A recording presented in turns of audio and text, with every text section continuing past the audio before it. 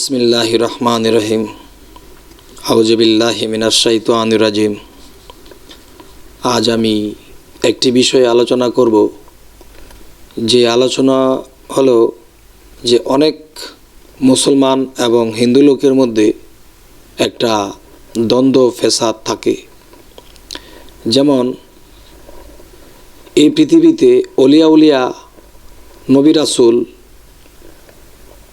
যারা এই পৃথিবীতে সম্মানী এবং মহা ক্ষমতাশীল লোক ছিল, তাদেরকে দেখলে যদি হাতটাকে আমি এমন করি যে তার মানে যে আল্লাহ অলিয়াউলিয়াদের মধ্যে থাকে। আল্লাহ বলছে মুমিনের কালবে আমি থাকি, তাহলে বড় বড় নবী রাসূল এবং অলিয়াউলিয়ার অবশ্যই মুমিন এবং তাদের কালবে আল্লাহ আছে। কিন্তু দেখা গেছে কেউ যদি কাউকে এরকম ভক্তি দিয়ে কথা বলে, তাহলে বলে এটা হিন্দুরা করে। তাহলে ভক্তি শব্দের অর্থ কি? ভক্তি একজনের প্রতি আমি একজনের কর্ম কাণ্ড চলাফেরা, তার আচার ব্যবহার, তাহার চরিত্র সব কিছু সুন্দর এবং ভালো, তাই এই সমস্ত ভালোকে আমি ভক্তি দিয়ে তার সাথে কথা বললাম। বা একটা হচ্ছে ভয়, একটা হচ্ছে ভক্তি। তো ভক্তির সাথে একটা ভয়, যে একজনকে আমি ভালোবাসি, তাকে হারাইবার একটা ভয়, তার প্রতি আমার পূর্ণ ভক্তি আছে। এবং তিনি আরেকটা বিষয় হলো, একজন মানুষ অনেক গণ্যমান্য এবং সম্মানী, তাকে আমি ভক্তি শ্রদ্ধা করে কথা বললাম। তো এই জিনিসটা মুসলমানের মধ্যে অনেকে বলে যে এটা তো হিন্দুরা করে। কেন? হিন্দুরা জল খায়, আপনারা পানি খান কেন? তাহলে ভাষা দুইটা, জিনিস একটা, কিন্তু ভক্তি একজনের প্রতি একজনের ভক্তি আসছে, ভালোবাসা আসছে, সালাম শ্রদ্ধা আসছে, তাই সে ভক্তি করে কথা বলছে, নতশিরে কথা বলছে। যে বলা হইতে পারে ভক্তি বা নতশির তো আমরা আল্লাহর কাছে হবো, মানুষের কাছে কেন? কেন মানুষের কাছে ভক্তি শ্রদ্ধা করব? মানুষের মধ্যেই তো আল্লাহ। আর আল্লাহ বলছে মুমিনের কালবে আমি, তো অলিয়াউলিয়াদের মধ্যেও তো আল্লাহ। তাহলে মমিন ব্যক্তির ভিতরে যদি আল্লাহ থাকে, আর সেই মানুষের সামনে যদি ভক্তি দিয়ে দাঁড়াই, তাহলে আল্লাহ তার মধ্যে থেকে আমার ভক্তি নিয়ে গেল।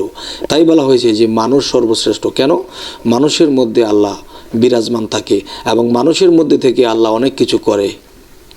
তাহলে একজন মানুষের মধ্যে থাকে যদি আল্লাহ, তাহলে সেই মানুষকে যদি আমি সম্মান দিই, ভক্তি দিয়ে কথা বলি, তাহলে এই ভক্তিটা আল্লাহ পাইল। তাহলে ভক্তি কোন ভাষা? যেমন একটা হলো সিলিন্ডার করা, যে আল্লাহর কাছে আমি সিলিন্ডার করলাম।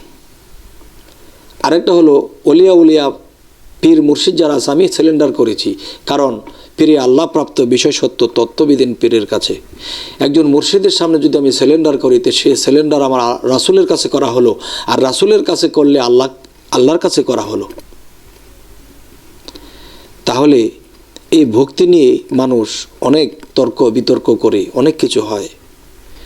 তাই আমি আপনাদেরকে আবার নতুন করে বলছি, হে সমস্ত পৃথিবীর মানুষ, ছোট বড় মধ্যস্তরের সকল স্তরের মানুষকে আমি ভক্তি দিয়ে বলছি, আমার এই কথাগুলো ভক্তির সাথেই শুনবেন ইনশাল্লাহ।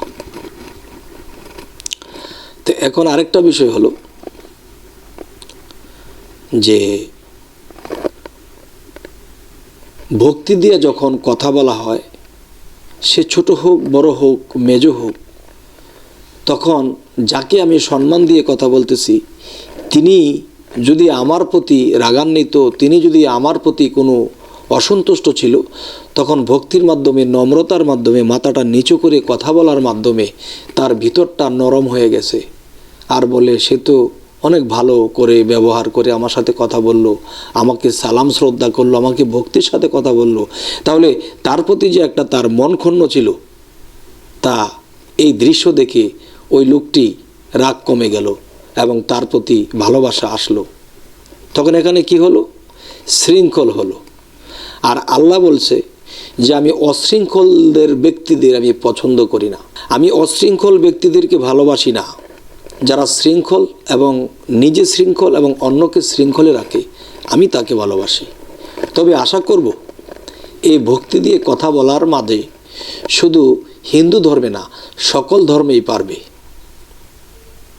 তবে মনে রাখবেন, এই কথাটা যদি কেউ মানতে না চান, তাহলে ভক্তি কথাটাই আমাদের বাংলা ভাষা। আর আমার বাংলা ভাষা, আমি মুসলমান, আমি এই ভাষা ব্যবহার করব, এটা আমি স্বাধীনতা আছে, আমি এই ভাষা ব্যবহার করতে পারবো। আর হিন্দুরাই যদি এই ভাষা ব্যবহার করে তাহলে বোঝা গেল একটা ভাষা তারা নিয়ে গেল আমাদের কাছ থেকে, তারাই করবে, আমরা করতে পারবো না।